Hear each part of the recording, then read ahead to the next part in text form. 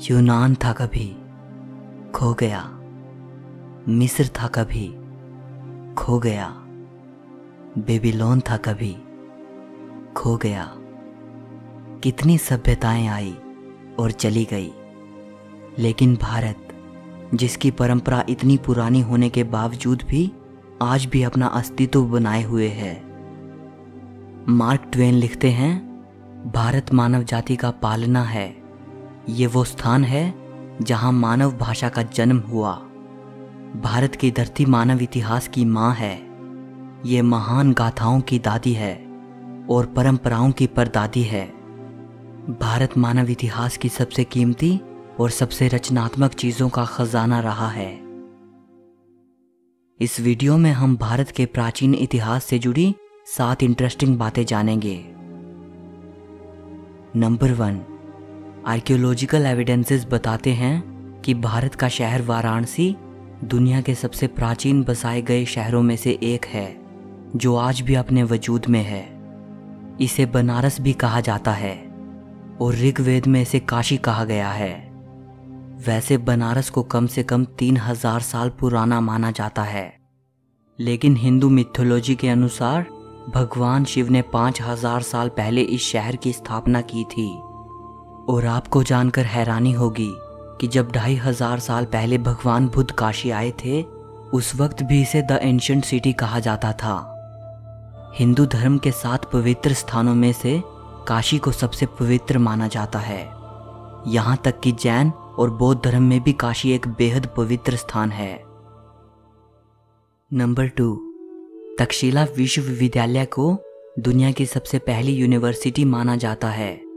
इसको ईसा से 700 साल पहले प्राचीन भारत के तक्षशिला शहर में स्थापित किया गया था। आजकल ये जगह पाकिस्तान में मौजूद है। तक्षशिला में विश्व भर के 10,500 से भी ज़्यादा स्टूडेंट्स पढ़ा करते थे।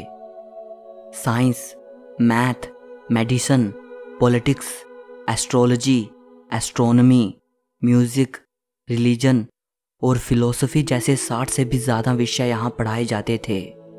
अलग अलग विषयों के स्कॉलर्स ने अपने अपने आश्रम यहाँ बना रखे थे। हमारे मशहूर इकोनॉमिस्ट और फिलोसोफर विष्णुगुप्त चाणक्य तक्षशिला में आचार्य थे। चाइनीज़ ट्रैवलर फाहियान जब 5वीं सदी की शुरुआत में भारत आए थे, तो उन्होंने तक्षशिला को भी विजिट किया था। अपनी राइटिंग्स में उन्होंने तक्षशिला का जिक्र भी किया है। 7वीं सदी ईसा पूर्व से लेकर 5वीं सदी तक भारत का ये महान विश्वविद्यालय अच्छी तरह फला फूला।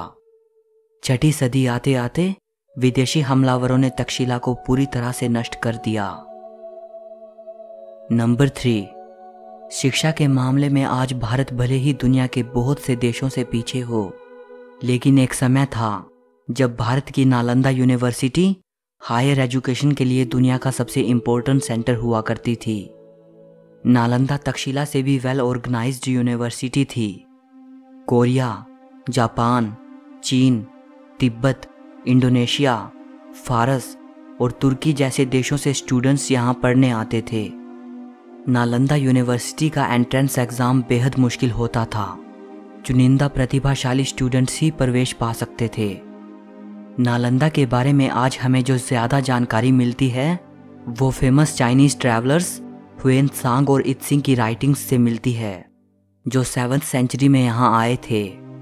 हुएन त्सांग ने अपनी भारत यात्रा के 2 साल नालंदा में बिताए थे। शुरुआत में वो एज अ स्टूडेंट यहाँ रहे, फिर बाद में उन्होंने यहाँ पढ़ाया भी।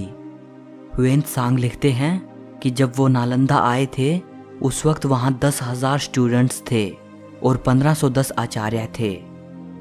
ये अनुमान लगाया जाता है कि एक समय में हमारे ग्रेट मैथमेटिशियन आर्यभट्ट नालंदा के हेड थे।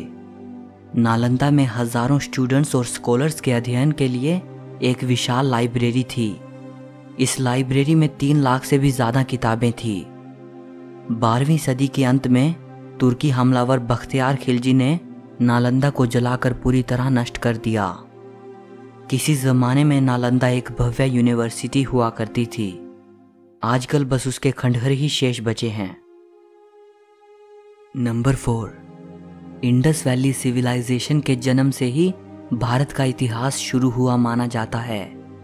ये दुनिया की 3 सबसे प्राचीन सभ्यताओं में से एक थी, मेसोपोटामिया, एंशिएंट इजिप्ट और इंडस वैली सिविलाइजेशन। और अगर इसे एंशिएंट इजिप्ट और मेसोपोटामिया की सभ्यताओं से कंपेयर करें तो इंडस वैली सबसे ज़्यादा वाइड स्प्रेड सिविलाइजेशन थी।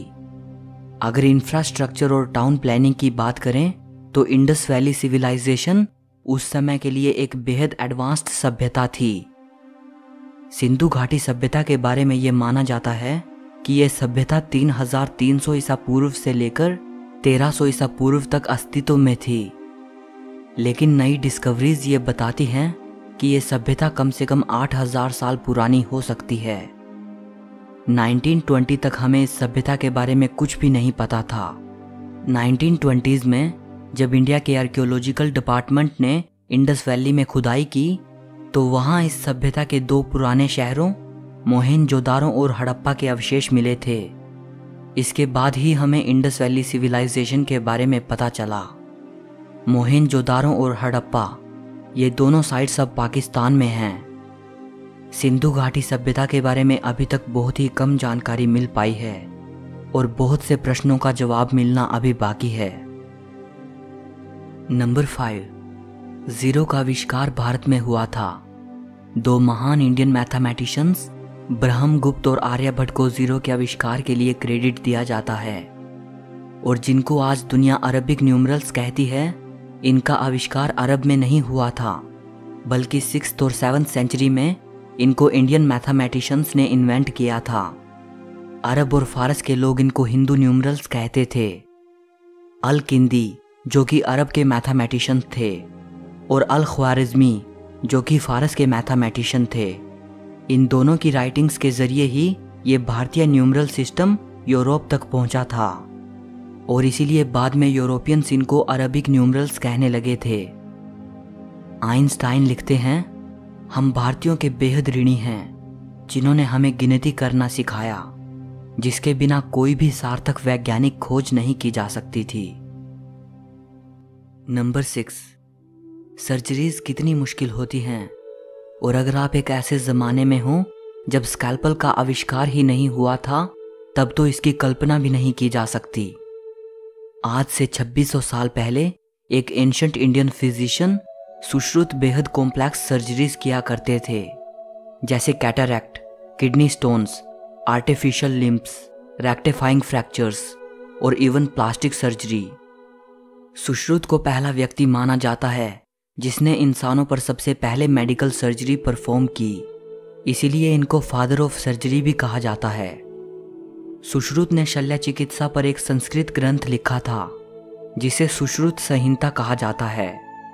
सुश्रुत संहिता को चिकित्सा पर लिखा गया most important surviving ancient treatise माना जाता है और इसे आयुर्वेद का फाउंडेशनल टेक्स्ट भी माना जाता है। सुश्रुत संहिता में 184 चैप्टर्स हैं जिनमें जिक्र मिलता है 1120 बीमारियों का, 700 मेडिसिनल प्लांट्स का, 64 प्रेपरेशंस फ्रॉम मिनरल सोर्सेज और 57 preparations based on animal sources. इसके अलावा बहुत से सर्जिकल इंस्ट्रूमेंट्स दर्शाए गए हैं। 8वीं सदी में सुश्रुत के इस महान ग्रंथ को किताब शाह शुन अल हिंदी नाम से अरबी भाषा में भी ट्रांसलेट किया गया था। एक और महान एंशिएंट इंडियन फिजिशियन थे महर्षि चरक, जो सुश्रुत के बाद और ईसा से 200 साल पहले हुए थे। इनकी शिक्षा तक्षशिला में हुई थी। चरक को पहला फिजिशियन माना जाता है जिसने डाइजेशन, मेटाबॉलिज्म और इम्यूनिटी के कॉन्सेप्ट को सामने रखा। महर्षि चरक की मेडिकल ट्रीटस चरक संहिता को आयुर्वेद की एनसाइक्लोपीडिया माना जाता है। नंबर 7, अगर भारत के इतिहास में झांकें तो वो बेहद वैभवशाली नजर आता है। ब्रिटिश रूल से पहले भारत दुनिया के सबसे अमीर देशों में शुमार हुआ करता था या संभवतः सबसे अमीर देश। यूं ही नहीं, ये देश विश्व भर में सोने की चिड़िया कहलाता था। अगर कहा जाए तो गलत ना होगा कि इस देश की मैसिव वेल्थ ने ही इतने इन्वेडर्स को यहाँ आकर्षित किया। हैरानी की बात है कि इस देश को खोजने की चाहत ने अमेरिका की खोज करवा दी। कोलंबस जो भारत के लिए निकला था और गलती से अमेरिका पहुंच गया। और कोलंबस के महज कुछ साल बाद ही वास्को ड गामा भारत की जमीन पर कदम रखने वाला पहला यूरोपियन बना। सो इस वीडियो के लिए बस इतना ही। अगर आपको वीडियो अच्छी लगी हो तो लाइक और शेयर कर देना, और हिस्ट्री से जुड़ी ऐसी ही वीडियो देखने के लिए चैनल को सब्सक्राइब करके घंटी को दबा देना। सो मिलते हैं अगली वीडियो में।